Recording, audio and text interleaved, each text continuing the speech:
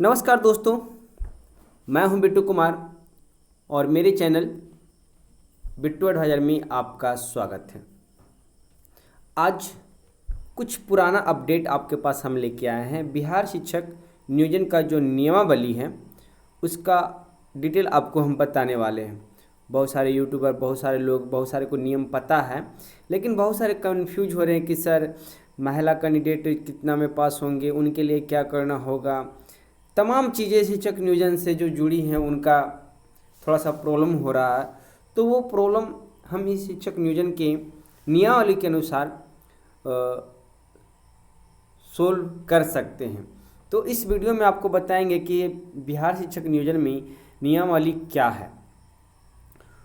तो चलिए दोस्तों स्टार्ट करते हैं। और एक चीज़ और भी बता देते हैं कि अगर किसी तरह का कोई प्रश्न है, आपका डाउट है, तो आप वीडियो में नीचे कमेंट में कर सकते हैं कि आपको कौन सा प्रश्न है।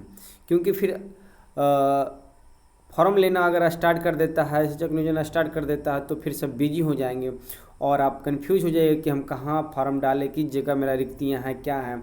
तो पूरा डिटेल आप कमेंट कर सकते हैं, पूरा डिटेल हम आपको बताने का प्रयास करेंगे। और एक चीज़ और बता दें, एक टेलीग्राम ग्रुप का लिंक है, नीचे बॉक्स में हम दे दिए हैं।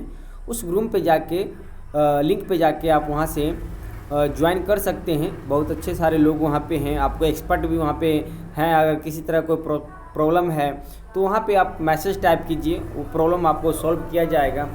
और किसी तरह का रोस्टर चाहिए तो वहाँ भी मिल जाएगा। बहुत सारा रोस्टर PDF 50 से 60 जगहों का डाला हुआ, 20 से 25 जिलों का रोस्टर भी डाला हुआ है। और प्रखंड वाइज करके भी मेघा सूची जो होता है वो भी डाला हुआ है, जो पहले प्रकाशित किया गया था।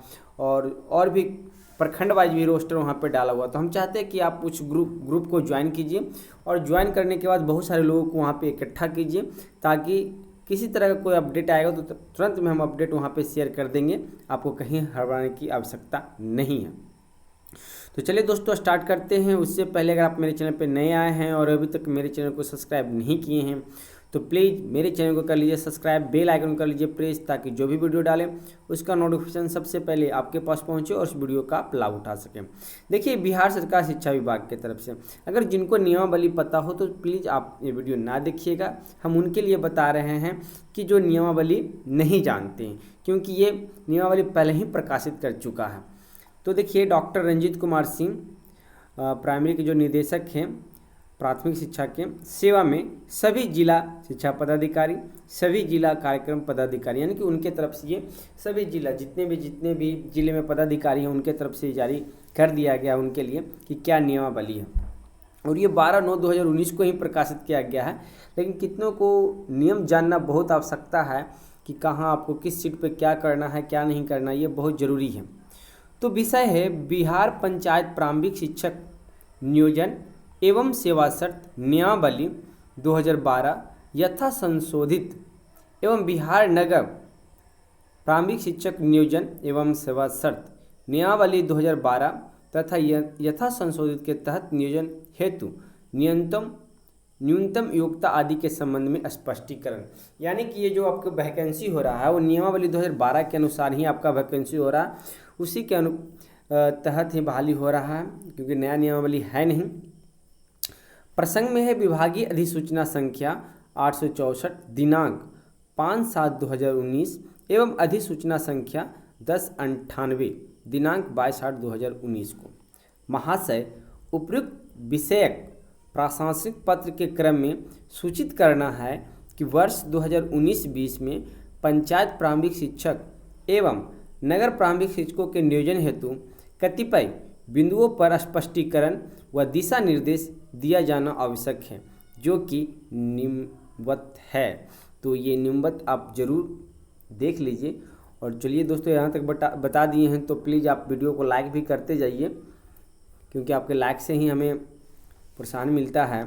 पहला पॉइंट है केंद्र स्तर पर शिक्षक पात्रता परीक्षा, यानी कि CBSE यानी कि सीटेट जो आपकी है नई दिल्ली द्वारा ली जाती है। जी हाँ, जो आपका सीटेट जो है वो दिल्ली द्वारा CBSE के द्वारा लिया जाता है, जिसके तहत न्यूनतम 60% अंक प्राप्त करने वाले अभ्यर्थियों को उत्तीर्ण घोषित करते हुए यह प्रावधान है कि राज्य सरकार अपने आरक्षण नीति के अनुरूप उक्त न्यूनतम निर्धारित अंक को आरक्षित कोटि के अभ्यर्थियों के लिए आवश्यकता अनुसार कम कर सकती है। इसका डिफाइन हमको कर सकते हैं कि जो आपका सीटेट हर साल 2 बार होता है, वो तो आप जानते हैं कि सीबीएसई के द्वारा किया जाता है, और उसमें 60% जनरल वाले को हम बात कर रहे हैं, और ओबीसी जो आते हैं वो 55% पे आते हैं, और शायद एससी एसटी जो हैं वो 52-53% पे आते हैं। तो जनरल वाले के 90 हो जाता है, और ओबीसी वाले के लिए 82 और एससी एसटी वाले के लिए 78 हो जाता है। तो यहाँ पे कहा जा रहा है कि न्यूनतम 60% अंक प्राप्त करने वाले अभ्यर्थी, कन्फ्यूज नहीं होएगा, फिर हम बता देते हैं, ये 60% सिर्फ जनरल वालों के लिए यहाँ बोला जा रहा है, उत्तीर्ण घोषित करते हुए, यह प्रधान है, ये तो सीटेट की तरफ से दिया गया है कि 60%। लेकिन राज्य सरकार का क्या कहना है, राज्य सरकार के अपने आरक्षण नीति के हैं, यानी कि राज्य सरकार का एक नीति होता है आरक्षण नीति, वो अनुरूप उक्त न्यूनतम निर्धारित अंक को आरक्षित कोटि के अभ्यर्थियों के लिए, फिर देखिए यहाँ पे एक एक वर्ड को समझिएगा, आरक्षित कोटि के, यहाँ पे सीधे कहा जाता है आरक्षित कोटि के, बाकी नहीं आ सकते, जो आरक्षित है वही आ सकते हैं, अभ्यर्थियों के लिए आवश्यकता अनुसार कम कर सकती है, यानी कि बिहार सरकार चाहेगी तो कम कर सकती है। तदालोक में विभागीय पत्रांक 748 दिनांक 5/11/2012 द्वारा बिहार राज्य अंतर्गत शिक्षक पात्रता परीक्षा के उत्तीर्णता हेतु राज्य शिक्षा शोध एवं प्रशिक्षण परिषद के निर्धारित मापदंड के अनुसार अनुसूचित जाति, अनुसूचित जनजाति, महिला एवं दिव्यांग कोटि के उम्मीदवारों के लिए 55% अंक लाना आवश्यक है। यानी कि आपको इस शिक्षक नियोजन में शामिल होने के लिए, अगर वैसे कैंडिडेट जो अनुसूचित जाति से आते हैं, अनुसूचित जनजाति से आते हैं, अगर आप महिला हैं किसी भी कैटेगरी के, इसमें जात पात नहीं, अगर आप महिला हैं, क्योंकि बिहार में 50% महिला का आरक्षण है, और महिला हैं और दिव्यांग कोटि के हैं, तो उसमें किसी भी उम्मीदवारों के लिए 55%, यहाँ पे पुरुष नहीं है, याद रखिएगा, यहाँ पे पुरुष की आवश्यकता नहीं है, सिर्फ महिला के लिए। बहुत सारे क्वेश्चन महिला लोग कर रहे हैं कि सर मेरा 86 85 नंबर है सीटेट में, तो सीटेट आप क्वालिफाई नहीं है, लेकिन बिहार के लिए आप इसमें एलिजिबल हैं, आप इसमें भाग ले सकते हैं। वैसे महिला जो हैं जो जनरल कैटेगरी से आते हैं, उनका 90 से कम है, 88 है, 84 है, 85 है, तो पूरी तरह से शिक्षक नियोजन का फॉर्म डाल सकते हैं, क्योंकि आपके 55% के अनुसार 82 नंबर होना बहुत ज़रूरी है। अगर आपका 82 नंबर है तो आप शिक्षक नियोजन में भाग ले सकते हैं। पूर्व में सरकार के स्तर पर लिए गए निर्णय के अनुसार ही वर्ष 2019-20 में शिक्षक नियोजन हेतु छूट सीईटी उत्तीर्ण उक्त कोटि के अभ्यर्थियों पर भी लागू होगी, यानी कि टेट पे भी लागू होगी, और जो आप सीटेट उत्तीर्ण हैं उस पे भी लागू होगी। ये बिहार सरकार की तरफ से छूट दिया गया है 5%, यानी कि जो 60% था उसे घटा के अब 55% कर दिया गया। तो अब महिला लोग जो कमेंट कर रहे थे, दिव्यांग लोग जो कमेंट कर रहे थे कि सर मेरा सीटेट में इतना है, तो वो कंफर्म हो गया। अगर कंफर्म हो गया तो वहाँ पे आप कमेंट करके जरूर बताइए कि सर हम ओके हो गया, फाइनल हो गया, मेरा कंफर्म हो गया। तो हम आगे बढ़ते हैं, क्योंकि आपके कमेंट से ही हमें सहारा मिलता है कि जो हम उत्तर दे रहे हैं उससे आप संतुष्ट हैं या नहीं है। तो वैसे कैंडिडेट जो कॉल कर रहे थे कि सर मेरा 82 86 87 है, क्या हम सीटेट में पास हैं, तो हाँ जी हाँ, आप सीटेट में पास हैं और बिहार शिक्षक नियोजन के लिए आप एलिजिबल हैं। ओबीसी के लिए नहीं, जनरल वाले के लिए जिनका 90% रखा गया था, 60% रखा गया था और पासिंग मार्क 90 था, वो 82 तक पास हैं। दूसरा पॉइंट है,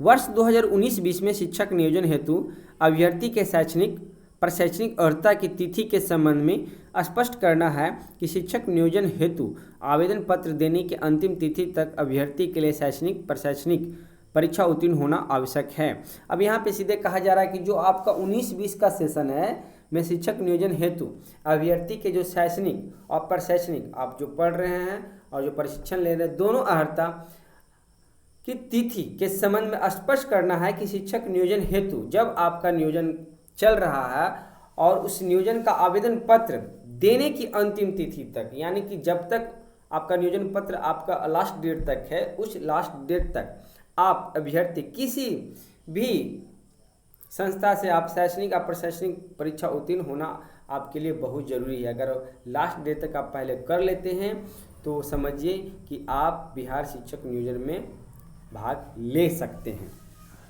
तीसरा पॉइंट है कि शिक्षक नियोजन हेतु पूर्व में प्रेषित आवेदन पत्र में कतिपय संशोधन किया गया है। संशोधित आवेदन पत्र का विहित प्रपत्र संलग्न है और ये डॉक्टर रंजीत कुमार सिंह के तरफ से पास किया गया है नियमावली।